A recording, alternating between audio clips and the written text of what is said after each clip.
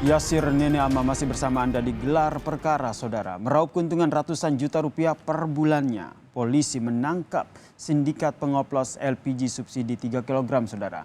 Lantas bagaimana pelaku menjalankan aksinya? Berikut ini penelusurannya untuk Anda. Ternyata ini masih kosong dan ini deretan yang masih isi ya, yang tinggal isi. Dan ini mobil-mobil juga kilonya.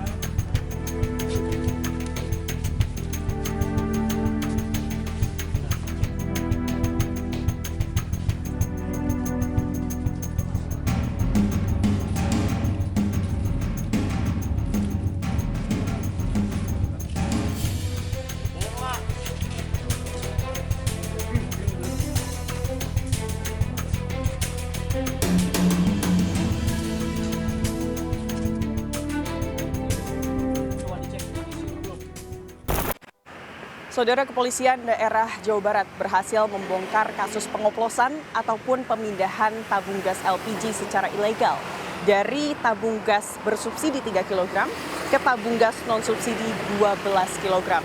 Dari aksi yang merugikan masyarakat ini, pelaku meraup keuntungan hingga ratusan juta rupiah. Dan dengan terbongkarnya kasus ini, 8 miliar rupiah uang negara berhasil terselamatkan. Lebih lengkapnya, Saudara, kita akan bahas dalam Gelar Perkara.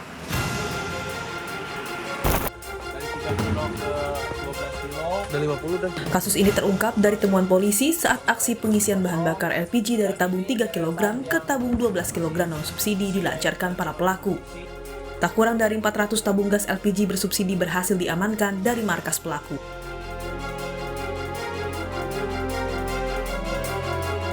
Modus pelaku pun terungkap lantaran mengoplos tabung gas LPG subsidi tak sesuai takaran.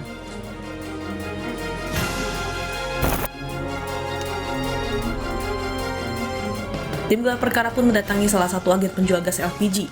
Penjualan gas LPG dari agen kepada distributor dan perorangan memang relatif mudah dan tak banyak syarat serta pengawasan.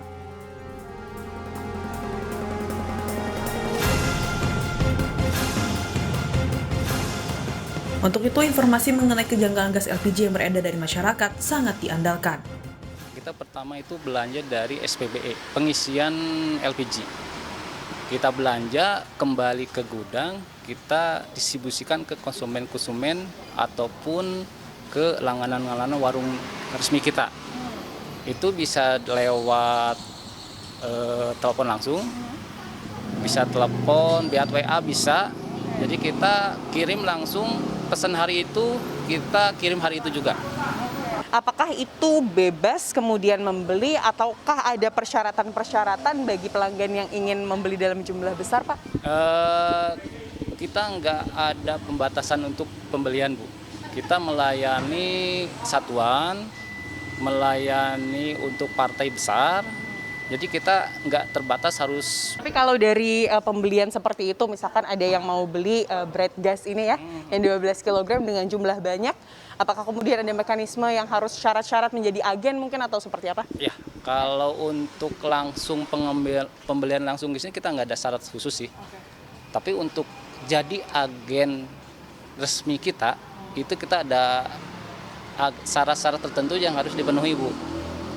Ya minimal kita nggak bisa berdekatan antara satu agen dengan satu agen lagi, karena kan coveran agennya nanti saling tumpang tindih, Bu.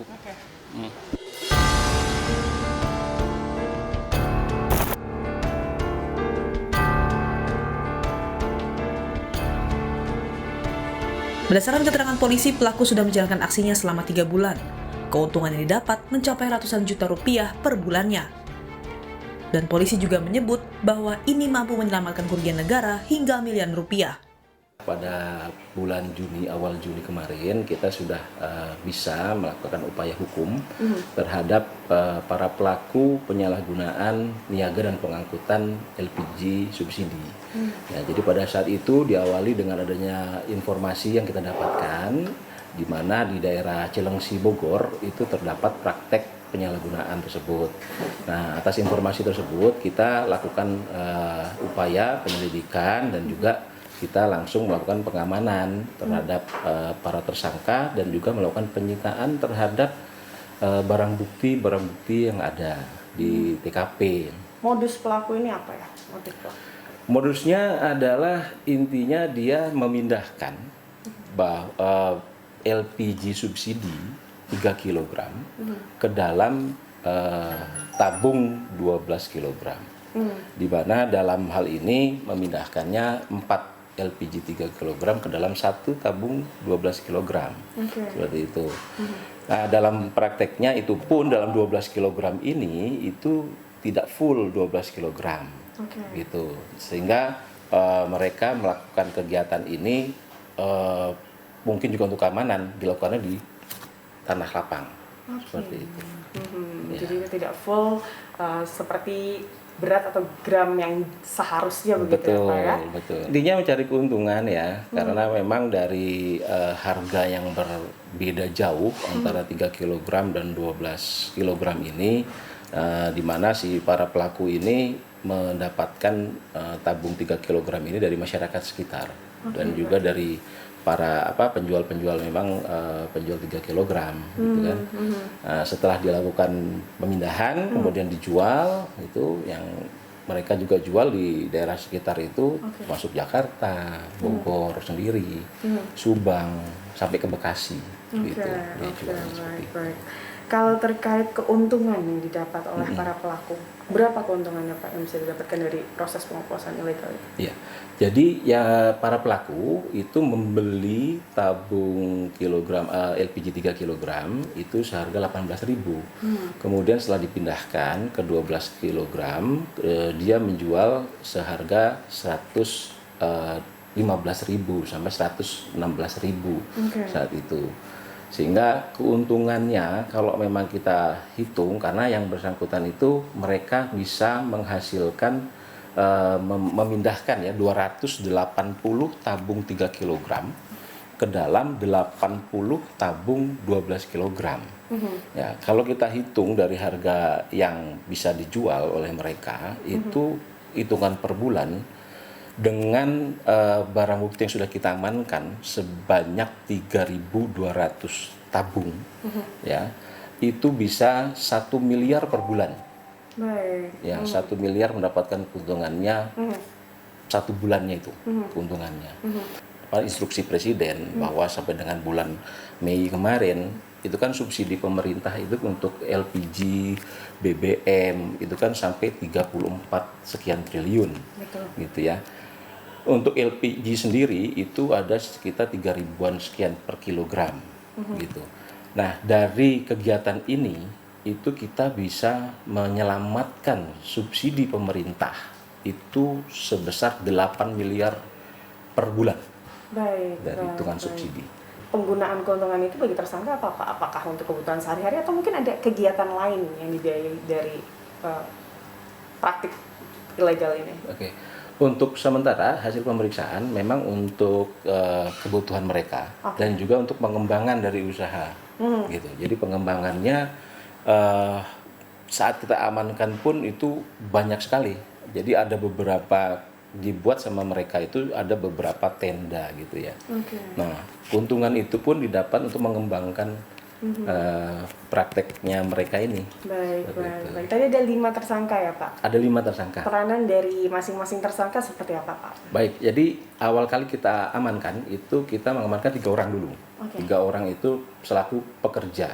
Jadi yang melakukan pemindahan gas dari 3 kg ke 12 kg. Setelah dalam pemeriksaan, kemudian kita kembangkan. Kita kembangkan ke pemiliknya, gitu ya. Kita kembangkan ke pemiliknya yang memang mempunyai kios-kios ini semua.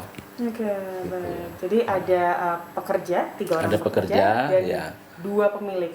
Ya, 2 pemilik itu juga termasuk yang mengangkut. Oke. Jadi yang mengangkut. Jadi mereka ini setelah memindahkan 3 kg ke 12 kg, kemudian dia menggunakan kendaraan yang kita amankan ini ada sekitar 15 pick up gitu. Itu digunakan untuk mendistribusikan, mengangkut yang 12 kg yang sudah dipindahkan kepada para pembeli lah ya. mereka menjualnya memang kepada yang membutuhkan saja. Jadi tidak dikumpulir juga kepada misalkan penadah, satu penadah kemudian disebarkan lagi, tidak. Tetapi mereka langsung kepada masyarakat yang membutuhkan. Tapi apakah ada bahaya dari penggunaan gas LPG oplosan? Tentunya berbahaya ya, karena kan pada saat mereka memindahkan itu kan memindahkannya bukan dengan cara yang disesuaikan diatur oleh pemerintah juga, karena mereka itu hanya menggunakan pipa besi.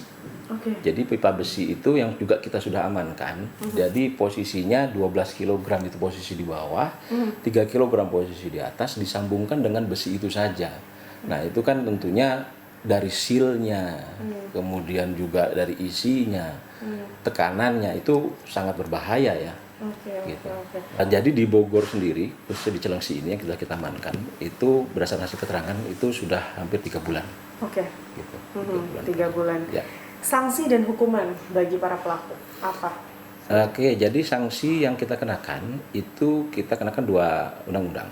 Yang pertama itu kita gunakan pasal 55 Undang-Undang Migas, ya diperbarui atau diubah dengan Undang-Undang Cipta Kerja. Di situ ada ancaman hukuman 6 tahun dan denda itu 60 miliar.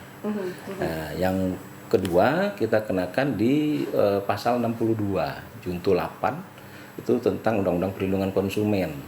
Di situ ancaman hukumannya 5 tahun, dendanya 2 miliar.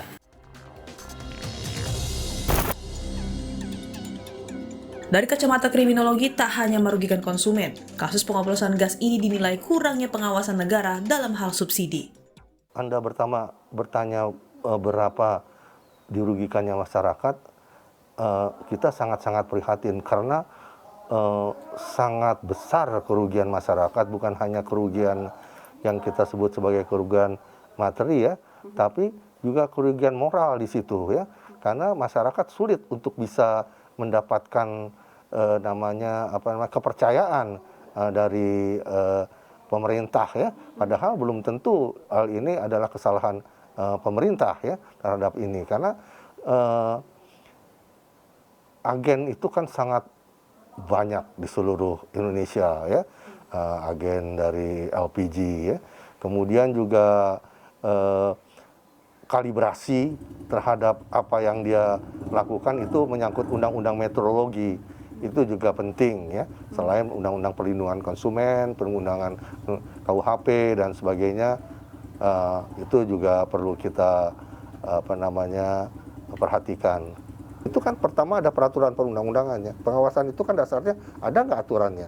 Nah kalau ada aturannya oke, ya kelihatannya aturannya ada ya, undang-undang mengenai perlindungan konsumen ya, undang-undang migas dan undang-undang yang lain banyak, KUHP dan sebagainya.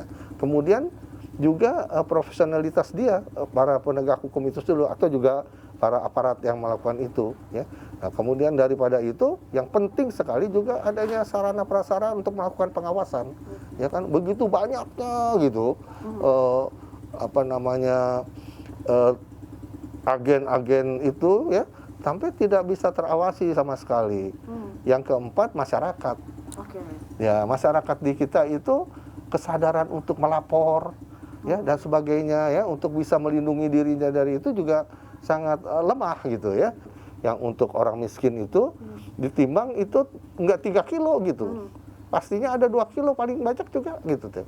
Jadi kan udah subsidi itu betul-betul hilang begitu saja ya. Jumlahnya juga berkurang. Nah, itulah menurut saya kita prihatin itu ya pada masalah itu, karena ini kebutuhan asasi ya, dipakai orang dilarang sekarang pakai minyak tanah ya kan, memang bukan dilarang, tidak ada, karena apa mau dipakai, padahal dulu sangat gencar itu ya, dipindahkan dari minyak tanah ke gas. Nah perlindungannya tidak ada ya, menurut saya dalam tanda kutip ya masih sangat minim dalam hal ini. Saudara, subsidi pemerintah merupakan kewajiban pemerintah dan tentunya hak bagi masyarakat tak mampu. Masih banyak pekerjaan untuk kemudian memastikan anggaran negara dapat bermanfaat dan tepat sasaran bagi mereka yang membutuhkan. Jangan sampai minimnya pengawasan dan juga kesadaran dari banyak pihak membuat anggaran negara jadi terbuang cuma-cuma dan rakyat jadi sengsara. Dari Bandung, Jawa Barat, Fida Alatas Sunandar melaporkan.